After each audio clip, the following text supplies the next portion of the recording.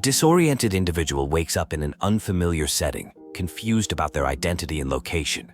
They undergo a calibration process involving visual, audio, and spatial assessments before being instructed to proceed to a transition room for unspecified missions. The individual encounters a mysterious person who claims they must find someone and put an end to something. This person speaks cryptically about Mother and mentions leaving messages that have been ignored. The conversation reveals the individual has lost their memories and may be trapped in this strange place. The protagonist discovers they might be able to recover their memories. They find writings suggesting someone was brought to this facility in 1968 along with their sister, who they never saw again. The individual wonders if they can return to see their parents. Mother introduces herself and explains how the Leviathan Corporation saved a war-torn nation. New individuals receive social IDs and citizenship at age 14. The protagonist, ID 8490, undergoes tests involving telekinesis attempts, card reading, and perception challenges before signing a contract. The Thought Bureau conducts confidential missions where everyone can be both hunter and hunted. The protagonist, known as a nightcrawler or roam agent, spends most of their time in other people's minds. They wonder about their home and mother, who reportedly passed away, leading them to dedicate themselves to work. By April 1976, the protagonist has been with Leviathan's Thought Bureau for 4 years and has finally discovered their identity after 8 years of searching. Daniel McGovern introduces himself as a roam agent from the Thought Bureau to Fred Ebert, chief of the Winston Research Institute. Daniel is investigating a case involving Shawn Mendez, which appears more complex than ordinary theft. Ebert directs him to the mailroom to receive documents.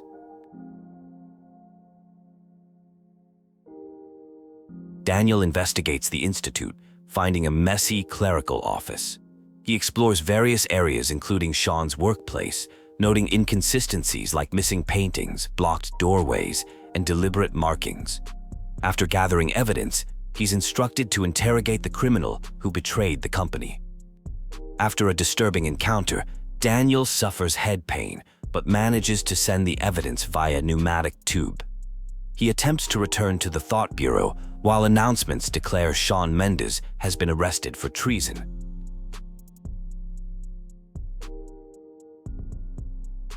Daniel reflects on his identity confusion when diving into others' minds.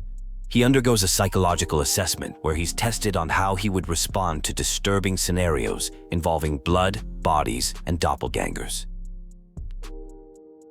Daniel meets with Mother to discuss the case of Shawn Mendez, a clerk at the Winston Research Institute linked to missing confidential documents. Daniel found a miniature Dasein device with Shawn's fingerprints. During interrogation, Shawn claims he's being framed and mentions being attacked by a monster that took his leg. A disturbing situation unfolds with Shawn and a mysterious entity referred to as Mother. Shawn is visibly distressed about confronting past trauma as Mother initiates a brain dive procedure to capture his memories.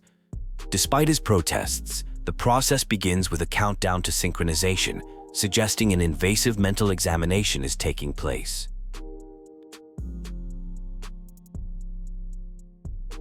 During the memory exploration, fragments reveal a test subject mutating from something called Dasein injection. There are mentions of containing this subject and questions about freeing consciousness from a huge body, hinting at unethical experimentation. The scene shifts to someone experiencing terror, trying to escape from a recurring monster, and mentioning someone named Grace waiting at home.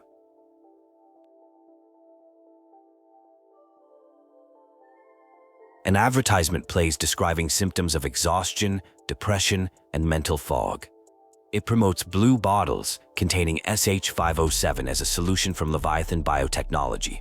The ad claims this product restores energy, lifts emotions, and improves productivity. Interspersed are comments suggesting workplace dissatisfaction and needed improvement in performance, creating a disturbing juxtaposition. Intense fear overwhelms the subject, who pleads for his life, mentioning he's already lost a leg and has a child he hasn't said goodbye to. The narrative becomes fragmented with repeated phrases like, "It's here," suggesting extreme terror or paranoia. An emotional shift occurs as the subject addresses his daughter lovingly, expressing regrets about prioritizing career over family. Sean speaks with Agent McGovern, who has witnessed the monster through the brain dive. Sean explains how this creature destroyed his life, costing him his job and family.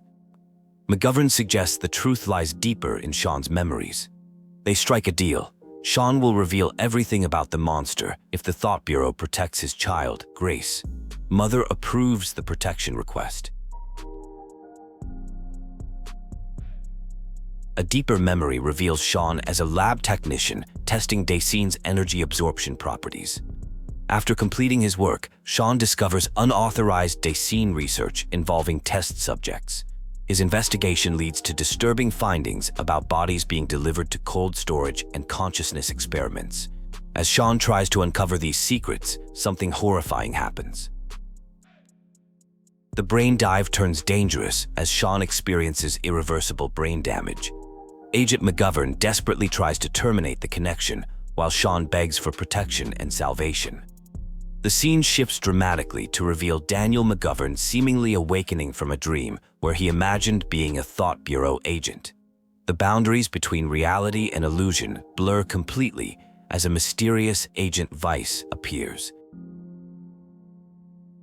Rachel Weiss, a 30-year-old senior physics researcher at Winston Research Institute, is under interrogation regarding Shawn Mendez's case. She turned herself in to the Thought Bureau early that morning. The interrogation team confirms her vital signs are stable before beginning questioning about her relationship with Shawn Mendez. Rachel admits Shawn witnessed something he shouldn't have, which resulted in him losing his right leg and almost his life. When questioned about what she's hiding, Rachel challenges the interrogator's concern for human lives and invites them to access her memories. A synchronization process begins to explore Rachel's mind. A memory reveals Rachel speaking to someone she calls Professor about Shawn Mendez discovering something important. Rachel appears panicked, asking if she should kill Shawn, who recorded a vital conversation. The professor instructs her to delete research data Lucas obtained and to send the recorder for handling. During interrogation, Rachel questions whether memories represent absolute truth, mentioning they're selected by someone called Mother. Rachel begins manipulating the interrogation, causing confusion by inserting false memories of domestic scenes with someone named Daniel. These scenes repeat with slight variations.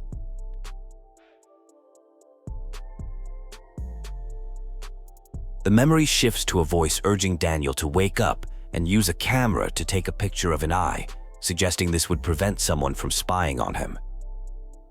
The scene reveals the maternal figure might not be Daniel's real mother, causing distress as the realization dawns that these memories aren't authentic. The interrogator breaks free from Rachel's mental manipulation and attempts to access her genuine memories. Rachel resists, but eventually yields, revealing troubling flashbacks to a controlling home environment where she felt trapped and exploited by her family. Rachel's memories show her receiving a visit from Winston Research Institute, discovering they had sent offers that she never received. The memories expose a hostile living situation with her family, who seem to be preventing her from receiving these opportunities. Rachel recalls deciding to escape her family home, entering a new world that felt unfamiliar with disciplined but blank-faced people. She gained the opportunity to study something called Dasein at the Research Institute under a professor's guidance, believing it could manipulate space, time, and life itself. A memory shows Rachel losing an experimental subject called 114 after a Dasein experiment and panicking about the consequences. While searching for it, she meets Lucas from the botany lab, who helps her recover the subject and introduces himself. Rachel's relationship with Lucas develops as he shows her the only garden in the city. Lucas dreams of spreading flower seeds throughout the city to bring beauty and freedom to others. Their connection grows complicated as Rachel hesitates about their future, while Lucas makes plans to leave their current situation. The protagonist struggles with feelings of guilt and realizes they should not impose their path on Rachel. They acknowledge their self-deception and decide to break free from these shackles. Rachel is compared to the flower of freedom, and the protagonist admits they were wrong to dictate her future.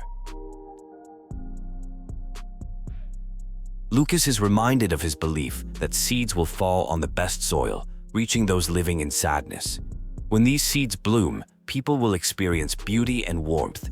Despite the ravages of time, their bond remains eternal, belonging only to each other. Rachel meets Daniel, suggesting he has potential since he can see her memories. Daniel urges Rachel to leave the city, criticizing the mother figure everyone worships. He blames Leviathan's attack for his father's alcoholism and Lucas's fate. Rachel invites Daniel to join them and promises to reveal who's behind everything. The professor appears to have been wrong about Daniel. Someone commands Daniel to recall dirty business he did for them and not to move until he remembers. Rachel calls out to Mother, while someone claims Rachel belongs to them. Daniel is instructed to destroy a cube. The protagonist makes a request to the professor to transfer Lucas's remaining consciousness into their body. The professor expresses concern about the ethics and physical toll of such a procedure. The protagonist reveals their body doesn't have much time left and pleads to be with Lucas in their final moments. Subject 8490 is questioned about memories with a suspect. Daniel calls out for Rachel, and Mother reports that suspect Rachel Weiss is brain dead. A flashback shows Leviathan forces searching for hidden children, resulting in violence.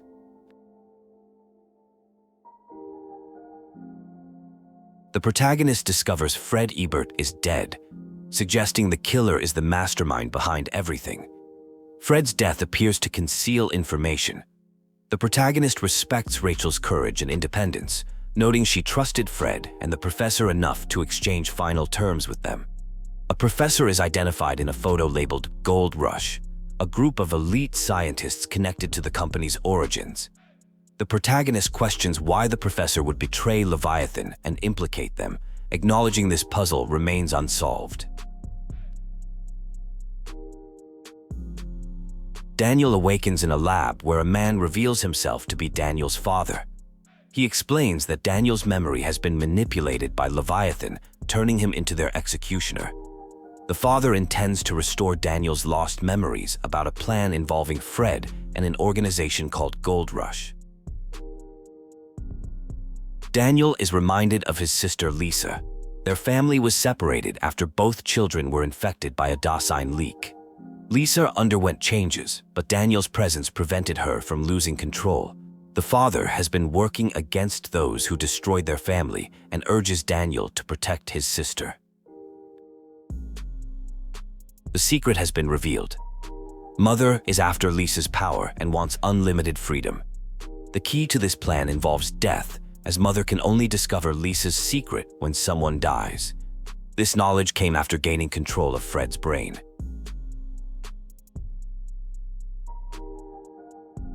Despite considering countless ways to save others, there's a realization that Mother will eventually find out. A consciousness virus has been planted in the brain that will devour those who view the memory and subsequently everything Leviathan owns. A father confesses he hasn't been good, creating something that destroyed loved ones and the city. He suggests his own death will create the necessary karma to end everything, begging to be killed to protect the family.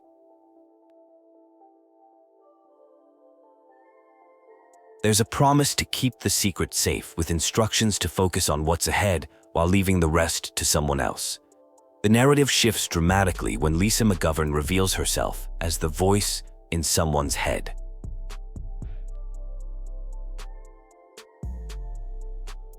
A cassette player becomes important as Lisa suggests, holding hands tightly to find her brother.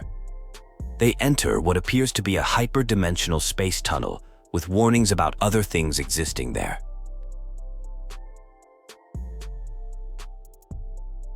The mission becomes clear: observe and find memories related to Lisa's brother to piece them together. Lisa explains she's been gradually regaining abilities as Daniel's condition worsens, and she doesn't think he'll make it.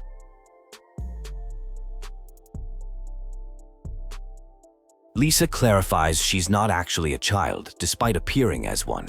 This is because it's the only image her brother has of her in his mind, unable to visualize her as she exists in reality.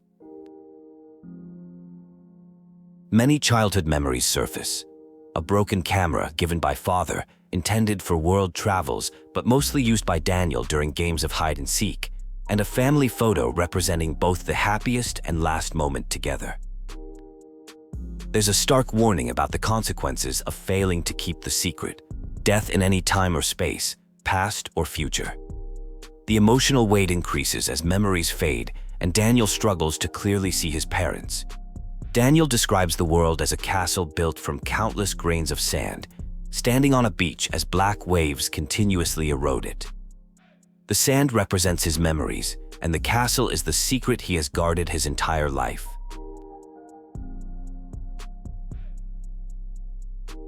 Comfort comes as Daniel is told he's done well.